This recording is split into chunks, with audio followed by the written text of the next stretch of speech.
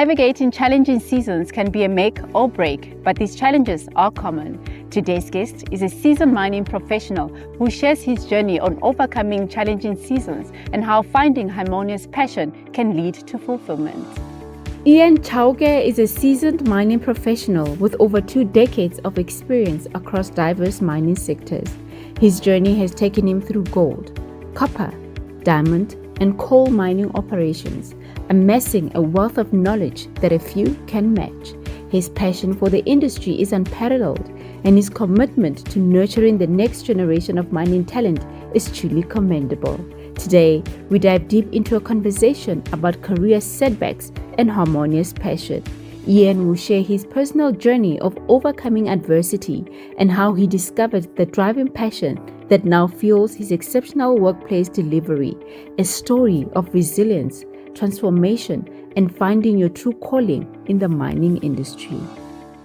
Ian, welcome, and thank you so much for joining us. Anna, thank you so much as well for inviting me. Yeah. Look, let's talk about your journey into mining, your story into, the big stuff that you are doing now. Where did it all start? Well, it all started in a simple thing. I come from Kagiso, so my early high school years, I started in Townview High. So had an assignment fast forward when I was doing my grade 11, and it was about labor sending countries, in particular the Mozambicans and Swatis were working the Sothos were working in the gold mines, and I wanted to make a research in that. And a particular company was Harmony because it was just a stone throw away distance from home, right? Yeah. So I went there with an excitement to read about the labor sending country, the economic impact of that in particular. And when I got there, and the security gate, as you all know, standard procedure in a mine, a security guy looks at me and says, you're going to be a GM one day, right? And I think that security guy is the one that spoke the vision into my life. Sure. And he took me through the mine parking, right? Yeah. You can imagine the Dolphins were the early cars back in the days, and Cressida used to be the car, right? And Audi, of course. And he showed me the car. This is a GM parking. You'll be parking here with your name on it, right? And I'm like, what must I do to be? I know you must be a mine manager. You'll be a GM. You must do mining engineering, right? And this is a security guy, Zulu man, that took me through the whole experience. And fast forward, I became obviously a fulfilling prophecy of what he said in my life. And I don't know if I could find that man. I'd really, really want to honor him. But fast forward, I then choose a career in mining. And my mother was like, it's only people that don't go to school that end up in the mine. But here I am. I was there as an academia, for the lack of a better word. And that's how the career started. Yeah, you've got a very long career. You've been here almost 20 years. Yeah. Maybe you talk to us about your highs and lows in your journey. The highs and lows, I think maybe it's summarized by 2 words. There's a difference between being chosen and being picked. Sure. Right? Being picked chosen is deeper than whether you are ticking the box. It's about something that is deeper than that, right? Sure. So, but when you are picked, it's just people, you're just an alternative. But when you are chosen, you're not an alternative. People, it's the future, it's the scars. You have scars behind your back that shows that you went through the hardship, right? So I think that is what defines my journey, that was I picked or was I chosen? I guess all the challenges that I faced in life. So the hardship, the dismissals, the misunderstanding. Remember when you're a chosen person, you become a misfit in the industry.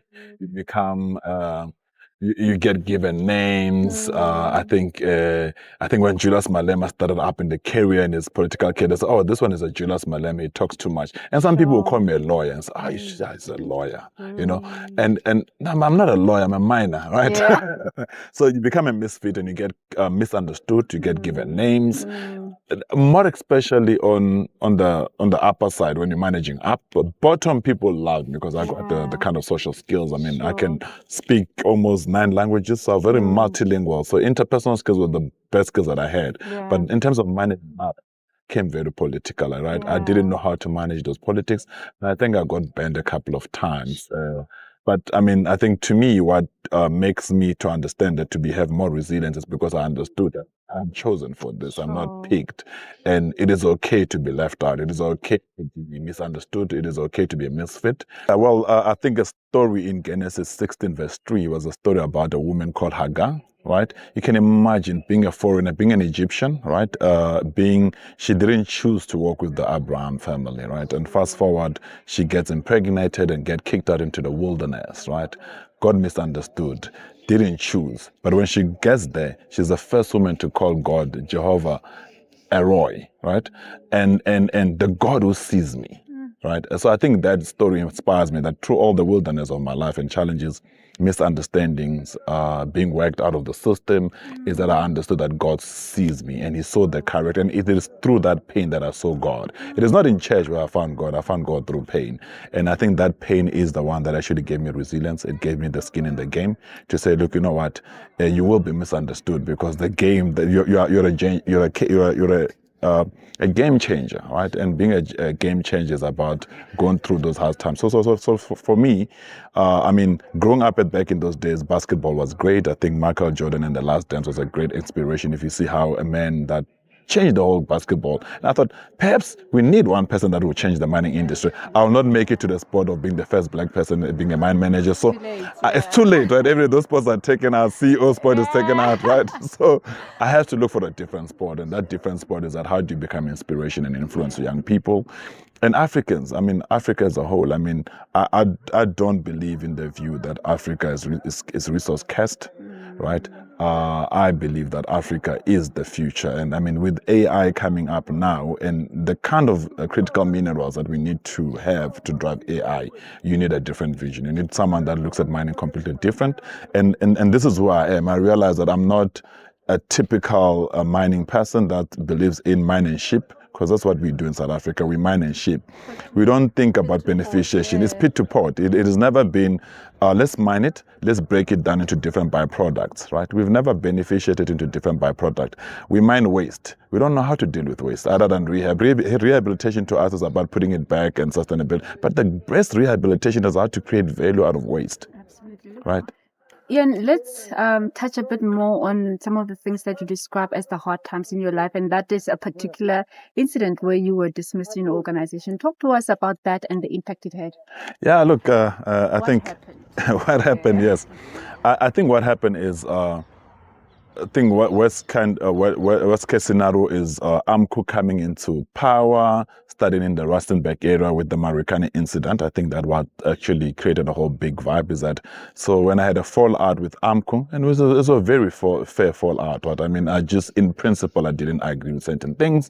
And then the AMCU guys wanted to take me on. It ended up in an altercation. In that altercation, they then created a case against me to say I've assaulted them. I mean, you can understand during the hype of Marikana, no one wanted to come into a battle with AMCU, and I'm like, no, I refuse. Principles, right? If I'm right, I'm right, and the things that I stood for at that time, that's what I stood for. I didn't do anything wrong, and I still stand for them even now, right? If I have to lose my job because I stand on principle, I can sleep at night. I don't worry. But it was very painful to sit there and saying, yo, where's my next paycheck? What would it do to my CV, my reputation? And I realized that, you know what, if people are gonna look for things like that, it's up to them. It's got nothing to do with me, right? And yeah, fast forward, I got a job, and guess what? Became a manager. Yeah, Ian, look, I mean, it just happened. Maybe perhaps describe what that did to you, and describe the first day outside of work. Yeah, the first day outside of work, it resulted in a separation with which then led to a divorce.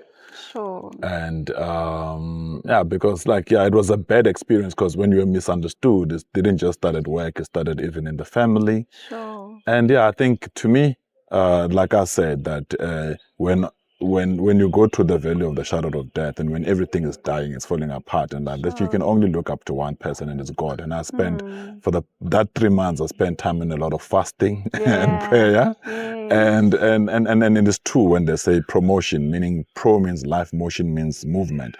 God is a promoter, and I think God promoted me. I mean, from acting my overseer to becoming a 3-1 was just overnight.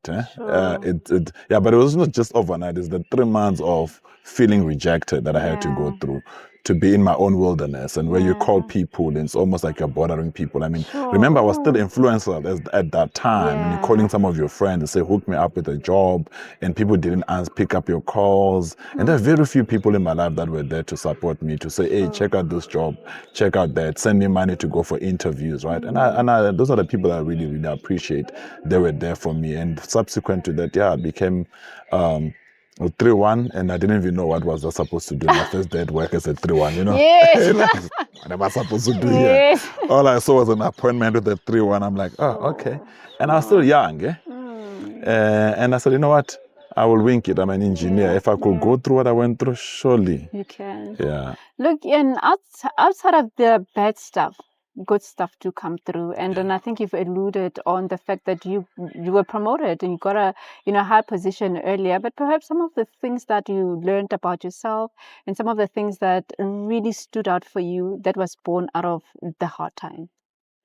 Yeah, I think what is born for me from the hard time is that it's a very learning for me is that you need to learn to navigate and understand people, right? And there's a reason that people behave in a particular way, right? And I think I never learned that in my early years, that, you know what, the reason that we are chosen is for you to sit in front of Pharaoh and explain to him why he shouldn't treat the children of Israel differently, right? But you cannot speak to him when you're on the other side. You need to be on the other side, right? Basically, you can't be neutral in mining. You need to choose sides, right? And it's when you choose sides, you start bringing the positive influence on the side that you choose. And unfortunately, you need to choose the side that is in power, right? I think that's the best thing that I've learned. You can't go there and say, oh, because I'm an ethical person, therefore I'm going to be neutral. You can't be. You need to choose side. And when you choose side, then you share your ethics in the side that you have chosen. And I think that I learned very late, but now that I know, I think the future looks a bit brighter or more brighter. Yeah. Look, how do people then navigate the hard stuff and career setbacks? And I'm talking, for you, it could have looked like a dismissal, but for somebody else, it's a toxic environment. For somebody else, it's being overlooked, it's sabotage, it's just being treated differently in an organization that just puts you down. How do people navigate, situations that are just a real setback? It's a simple thing.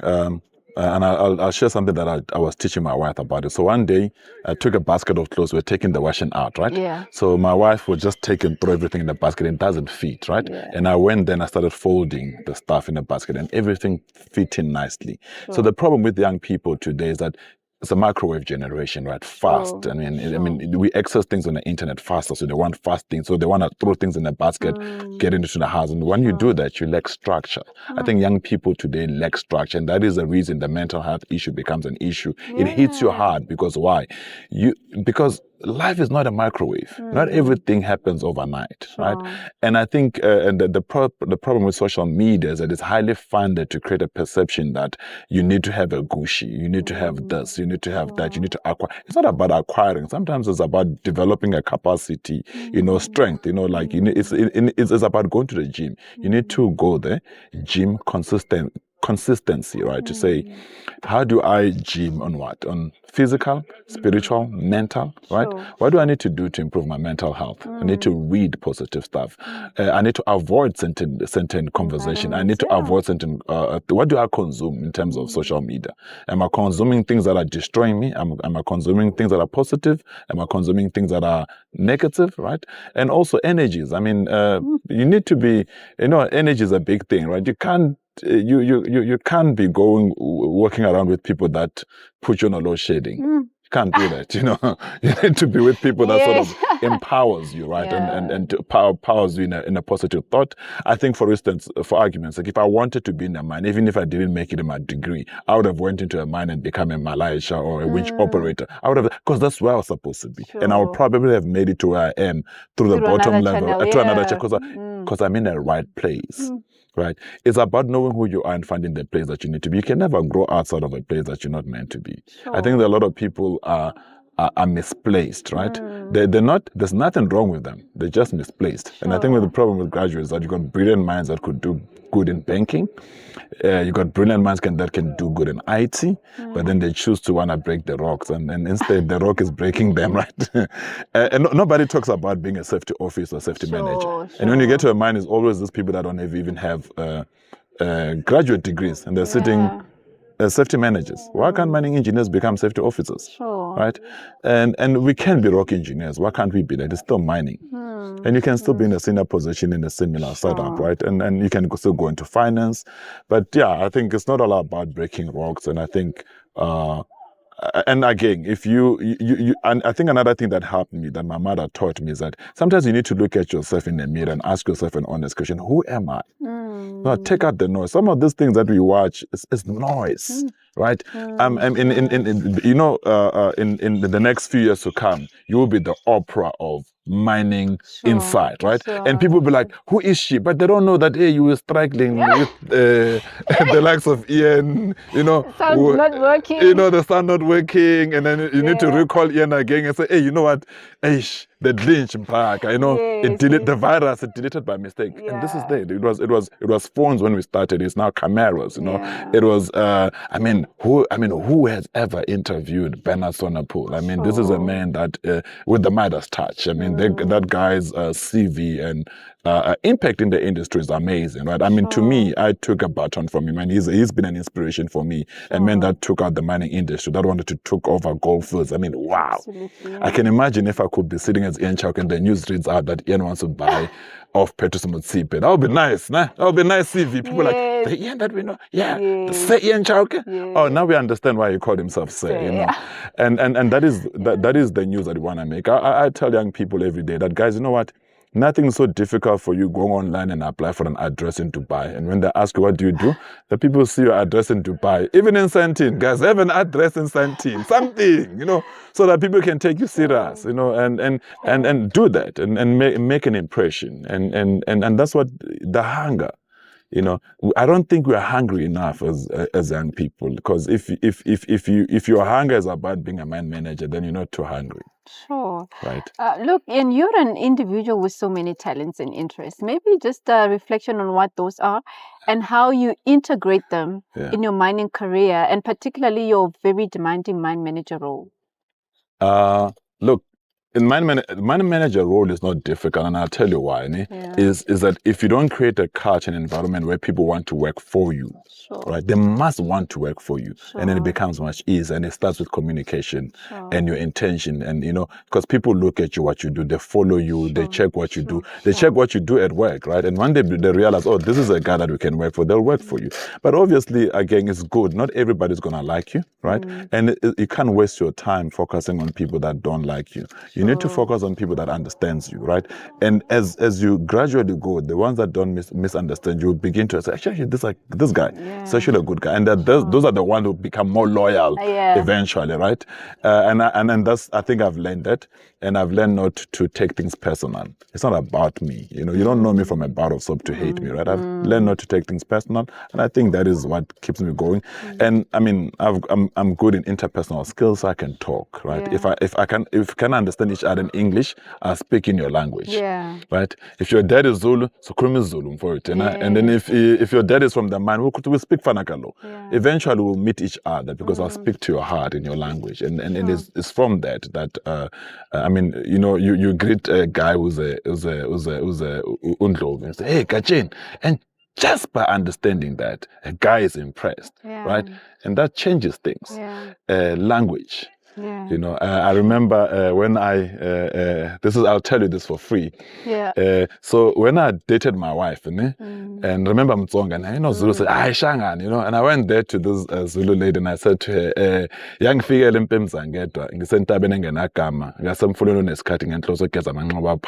yet another war of solitude has taken place by the mountains of no name, by the rivers of time. I'm attempting to watch bleeding woods. And the lady was like, wow, the voice, the language. She was taken a son, and fast forward, she's my wife. We're married now. We've got a son, an amazing son and some people ask me, what do you want your son to be? Like, no, I'm saying he's going to be a Formula One driver. The first South African that will win Formula One will be born. And then your daughter can know, Serena Williams, somebody must take the sport and will be a South African. That will be my daughter, right? And like, no, mining, no. The Formula One car will be made with minerals that come from South Africa. Don't worry. I am mining the critical minerals of the Formula One car that my son is going to drive. That's what I do. That's what I believe in, and nothing else. I'm not looking for anything else. They don't have to own mines. They must drive a car that is made out of the critical minerals that comes from South Africa, and the South African engineer that designed the car. Absolutely. That is what they need to do. The first person that will bring the South African Open, because we're tired of the US Open. We will win so many US Open that US Open will become a South African Open. Come on, yeah. That's what needs to happen. And that is a game changer, right? And that is what we pay. So, and the interesting part is I'm married to a woman who comes from the art side, an actor, a creative, and being an engineer. You can imagine the combination of creativity and engineering, what it will bring to the kids. And I think I think I'm doing the right things. Being a cameraman is good because my wife wants to be behind the camera. So I guess there's a good combination there. Sure. Look, you're a very passionate person. And let me just talk about Harmonious passion. Yeah. How is it important that people, particularly in the mining industry, find things that bring so much meaning to themselves, even outside of work, because that actually fuels you to perform better at work? How important is that? Very important, because remember, hey, you know what, to wake up in the morning at 5 o'clock is not nice, but to know why you're waking up is even nicer. You know, it's nice to go at work and then your employees say, hey, Mpati, we saw you on Facebook. Hey, what happened? But no, Mpati, we came, you know, get a nice, and they want to take pictures. You know, people at work will tell you, no, when we tell people in the cars, they don't believe it. They're like, can we visit the mine so that we can take pictures with Ian? Sure. You know, I had people that worked for consulting company that came to the mine one day, and this lady screamed. I said, why are you screaming? And and I remember hosting visits at the mine, and then when you're doing the introduction, but no need to introduce Ian. We already know him. And they said, Mr. Chauke, do you mind to take pictures with us? And I was like, oh, okay, no problem. And I remember when I met one of the executives of Anglo, and then after greeting everyone, he came to me. I said, guys, can you please take me a picture with Ian? I mean, this guy's a celebrity. I need to be seen with him. And he takes a picture with me. You don't understand what that did to me. You know, like, wow, okay, this man, you know, I always reshare what he says. He's like actually saying, I read your post and I want to take a picture with you. When I see Dr. Nombasa saying, I need your numbers, I need to write something about you, I was shocked. I was like, wow, they're all Dr. Nombasa. Exaro, I'm like, are you for real? And then she posted me on LinkedIn and I started trending. And I was like, yo, okay, wow, what has just happened? Sure. And that as well. And Musa with Exaro called me the other time and sat down with me and said, okay, we see you can write, Ian. There's a reason that you have a voice. Start talking. The world wants to hear you. Sure. We don't want to read what you write.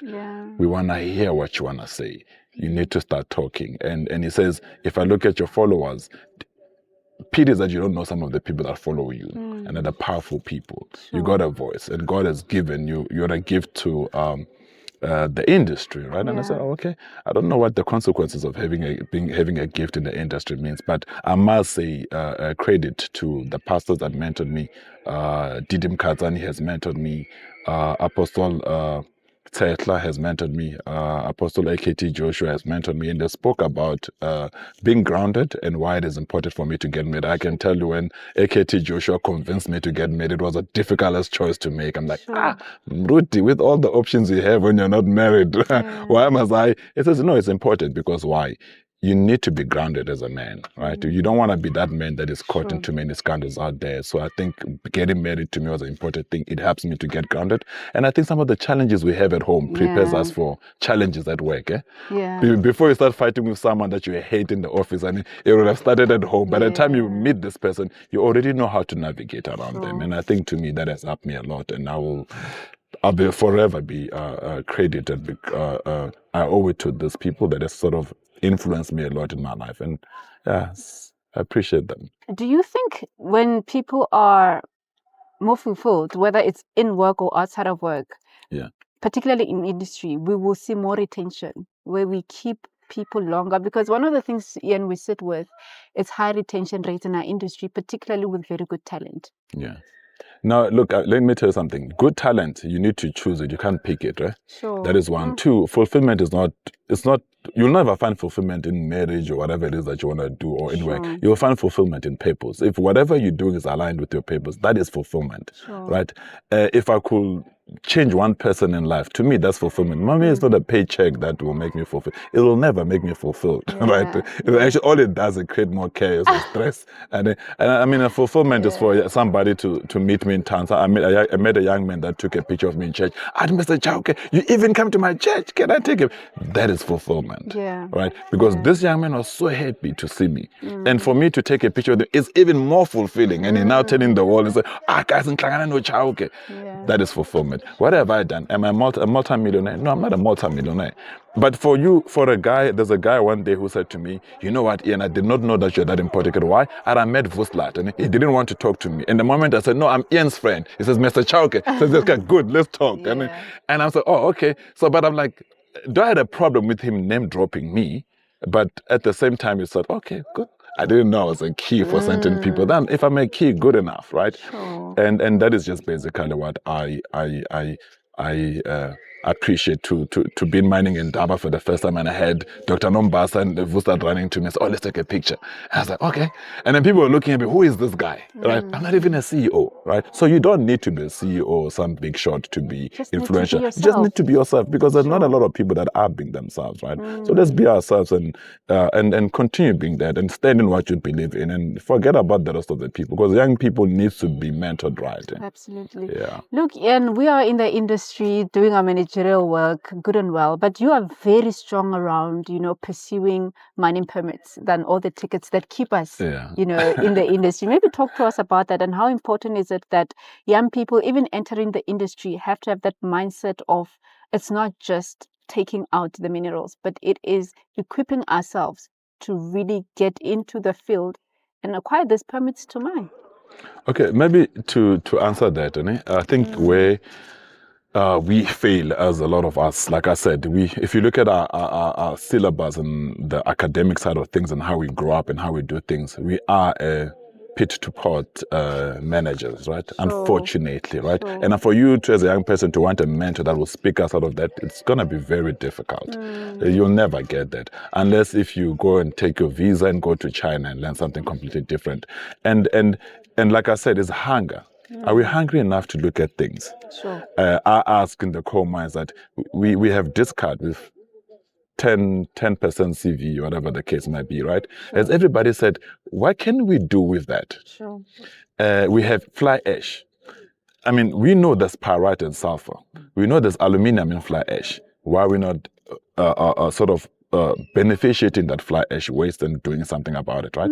But we all want to be managers. And when I fast forward coming to be a manager, it's a disappointing thing, because I thought I was going to earn and even rent and own shares in a mine. Hey, look at me, guys. The struggle is real. And all it did to me is to have banks running after me to say, we'll give you money for this. And I fell for it. And fast forward, I'm paying debts, guys. Like, I got a 5 million rent problem every time I wake up. That's the worst motivation you can have in life. To wake up in the morning, guys, I got a 5 million rent problem. And yes, I think the worst thing that I've done in my life is that I don't own a mine. That's the worst thing that I've ever done to myself, right? But what the good thing that I've done is that I've always worked in mines that positioned me in understanding, right? That's why I like junior miners, because in junior miners, even if you're a shift boss, you're a GM, because you run everything. Look, there is no. Some companies got too many silos and system in place. You don't have to do anything. If you want something, you go on the internet, you pull out something and do it there. There's a department that will do it for you, right? There you do everything. You want to write an SOP, you will write it yourself from scratch. You don't have a safety department that will spoon feed you about everything. You do it yourself. And I think that, to me, I'm learning. And I think my laptop is full of data of things that I've learned, networks that I've made, that I know that tomorrow when I wake up in mine, I know who to call, right? I've built relationship with DOF. I don't know why I need to deal with the Department of Water, but I see, hey, this water use. And trust me, you need to know everyone in that department. Yeah, so I think when I met the first time when I have to deal with them for the mine payment, I tell them, no, guys, which school do your children go to? They say, no, this school, no, guys, I'll pay for the Michael House bill, bring the school fees, let them go to Michael House. But when I say I want the mine payment, don't tell me stories. So you need to secure a training Transnet to do export markets. So you need to know, Michelle Phillips. Oh, hi, Miss Michelle. How are you? Good. If I have to marry Michelle's daughter, it would be nice. Maybe I'll get free trains on Transnet. You know, Sure. it's quite difficult to get trains these days. But yeah, I think that is basically positioning ourselves for that. And I think that is what I'm doing. And not only that, identifying talent. So if you have this man, who's going to work there? So I wanna own a mine in South Africa that will be worked by graduate, from operator to management level. Graduate, purely graduate. Sure. Yeah. Oh. That's it. Nothing else. Look, Ian, in your view, and with the so many things that we've achieved as an industry and so many things that we still need to achieve, how does the future of mining look like? A lot of people say the future of mining looks like AI, and I ask myself a question: does AI cut grass? Sure. Does AI fix plumbing? Will AI cook for you? It might tell you what to cook, but look, I mean, to know the recipe of something through AI does not necessarily mean that you can cook the thing, right? So AI will not do everything for us. Let's not fool ourselves. Because when the plumbing breaks down, nobody's going to go and ask AI, chat GPT what to do, right? If you don't know, you don't know, right? So you always need people that knows how to do things. You always need someone to go underground to do something, right? To set up the machine, especially in South Africa, right? But I think is that it's not to ignore it, because the worst part is to be a miner that doesn't understand it. You need to understand it, right? But I think the future of South Africa depends on one thing and one thing only. We need to move away from pit to port, right? That is the only way we can survive, right? We need to understand ourselves. And I think the National Development Plan is quite good. It might not be perfect, but it's a direction and a stepping stone. We saw the new bill that is out of the NPRDA where they talk about artisanal mining. Yes, it's good. I can imagine being a GM.